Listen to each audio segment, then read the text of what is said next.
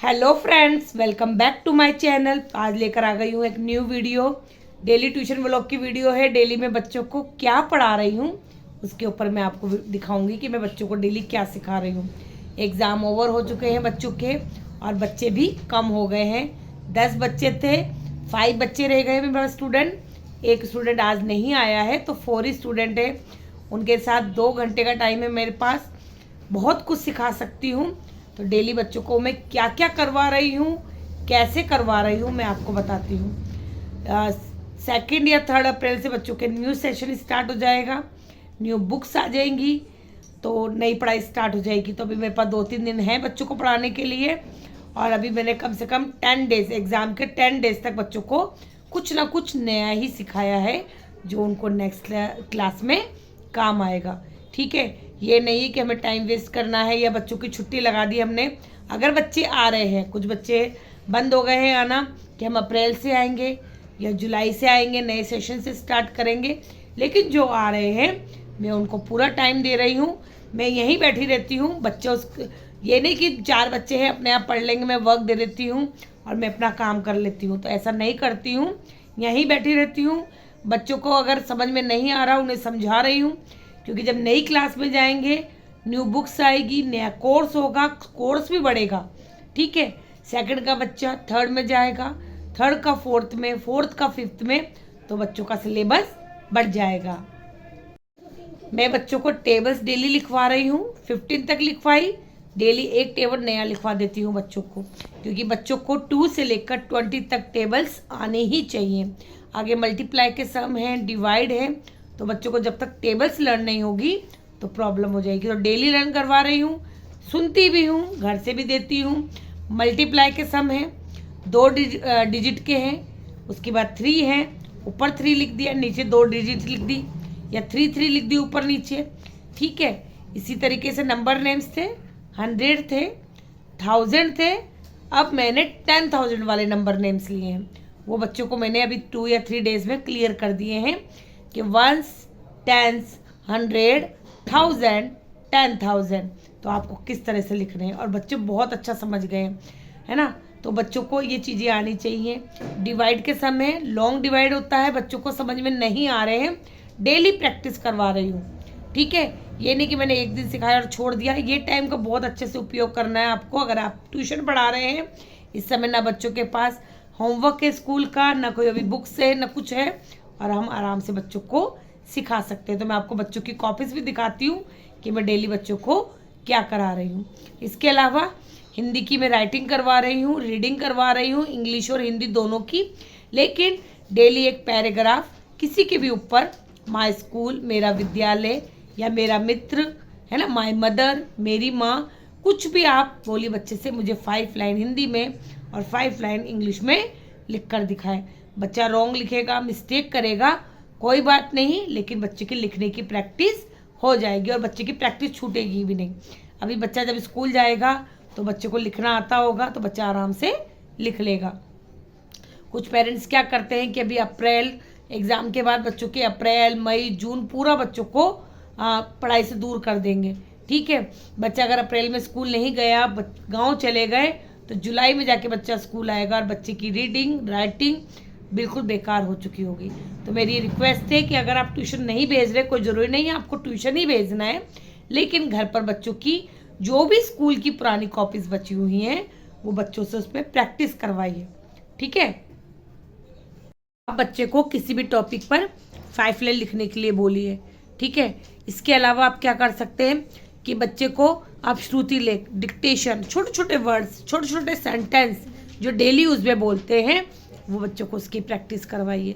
ठीक है, क्योंकि बच्चों को इंग्लिश बोल लेंगे लेकिन उसका हिंदी मीनिंग नहीं आता है, या हिंदी में जो शब्द बोलते हैं उसे इंग्लिश वर्ड में बोलना नहीं आता है, तो इन चीज़ की प्रैक्टिस आप करवा सकते हैं। तो चलिए मैं बच्चों की कॉपी दिखा देती हूँ कि मैं बच्चों को क्या क्या सिखा रही हूँ। तो देखिए 12, 13, 14, 15 टेबल लिखवाई मैंने बच्चे को। क्लास 4th में गया है। Number names 27,600। 40 की स्पेलिंग कितनी बार बतानी पड़ेगी? क्या स्पेलिंग है 40 की? FORT। तो फिर यू क्यों लिखते हो बीच में? आप यहाँ सही लिखी है 40,762, 37,405, 31,270। और ये फर्स्ट वर्ड कैपिटल लिखा करो। राइट पेंसिल को थोड़ा शार्प कर लो, बहुत ब्लंट हो रही है। यहाँ पे मैंने कल भी नंबर नेम सिखाए थे बच्चे को। डिवाइड के सम डेली CWB और डेली HW, ये मैंने HW दिया था कल, डेली करवा रही हूँ बच्चों को। ये देखिए डिवाइड करवाए थे। यहाँ बच्चे को मैंने इंग्लिश सेंटेंस लिखवाए थे, मुझे गाली मत दो। तो मैंने बच्चों को इंग्लिश सेंटेंस से ये करवाए थे, मुझे गाली मत दो। Don't abuse me. इसे फिर से कहिए, कहने को क्या बोलेंगे? Say it again. Say it again. तुम कब आओगे? When will you come? मुझे बुला लेना। Call me up. Call me up. क्या तुम बीमार हो? Are you sick? यह बहुत बढ़िया है। It is super. This is superb.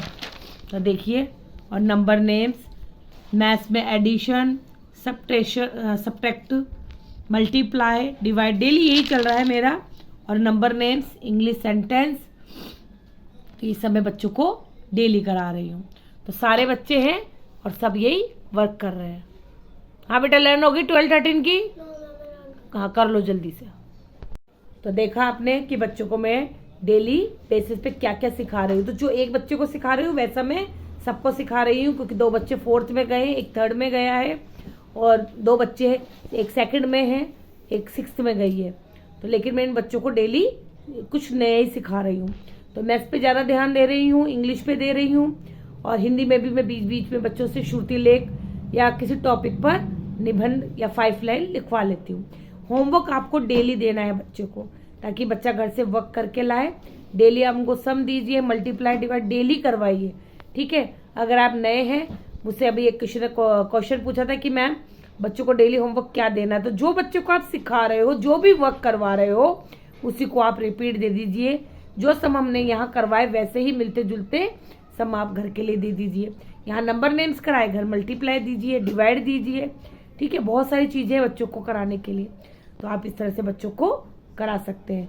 अगर वीडियो अच्छी लगे तो प्लीज़ वीडियो को लाइक, शेयर और चैनल को सब्सक्राइब जरूर कर देना। आपने देखा होगा मेरी क्लास 5th की बच्ची है, मैं उसकी भी वीडियो आपको शेयर करूंगी कि वो बच्ची क्लास में फर्स्ट आई है। तो कितना अच्छा लगता है जब बच्चे क्लास में फर्स्ट आते हैं, मेहनत करते हैं। मेरे लिए चॉकलेट्स लेकर आई है। मैंने भी उसे एक छोटी सी गणेश जी की मूर्ति दी है, ताकि उसकी ब्लेसिंग उसके साथ रहे। कंटिन्यू पढ़ने आती है, ट्यूशन पर आती है, प्ले ग्रुप से मेरे पास पढ़ रही है। तो कितना अच्छा लगता है जब बच्चा इतना अच्छा रिजल्ट लेकर आता है। तो क्लास 5th में ये फर्स्ट रैंक लेकर आई है, पूरी क्लास में टॉप किया है इसने। मुझे हमेशा मार्कशीट और ये जो अपना गिफ्ट है या जो भी इसको प्राइज मिलता है जरूर दिखाने आती है। साथ में मैम के लिए मिठाई लाना कभी नहीं भूलती, चॉकलेट भी लेकर आई है, ठीक है। तो जब भी ये आती है कुछ ना कुछ लेकर आती है। आपने क्लास 4th की इसकी वीडियो देखी होगी, मैंने वो भी डाली थी। क्लास 4th में कौन सी रैंक बनी थी? थर्ड रैंक बनी थी। तो तब से सोचा था कि मैम मैं इस बार मेहनत करूंगी और मैं क्लास में टॉप करके दिखाऊंगी, क्लास फर्स्ट में फर्स्ट रैंक लेकर दिखाऊंगी मैं। तो बच्चे ने बहुत मेहनत करी इस बार, काफ़ी अच्छे से पढ़ाई करी है, एक एक सवाल से समझा। जो भी लर्निंग करने के लिए मैंने दिया, होमवर्क दिया, वो बच्चे ने पूरा किया। तो बहुत अच्छा लगता है, बच्चे से ज़्यादा हमें खुशी होती है जब बच्चा इतनी अच्छी मेहनत करता है। तो देखिए बच्चा ये लेकर आया, तो मैं इसको प्राइज के तौर पर, गणेश जी हैं छोटे से जो इसकी सदा रक्षा करेंगे, इसके ऊपर सदा आशीर्वाद बनाए रखेंगे, तो मैं उसको देती हूँ ताकि बच्चा हमेशा याद रखे। ये लो बेटा, क्लैपिंग करो सब। आप लोगों को भी ऐसे ही मेहनत करनी है और अच्छा रिजल्ट लेकर आना है, ठीक है। इस बार जैसा भी रिजल्ट आए वो बहुत अच्छा होगा, लेकिन आइंदा से और अच्छी मेहनत करेंगे, ठीक है। तो हमें किसी बच्चे पे प्रेशर नहीं बनाना है, पर हाँ बच्चे को जो भी पढ़ाए अच्छे से पढ़ाए और बच्चा भी उसको अच्छे से पढ़े, तो तभी मजा आता है। तो अगर वीडियो अच्छी लगे तो प्लीज वीडियो को लाइक करें, शेयर करें। Okay then, thank you, bye.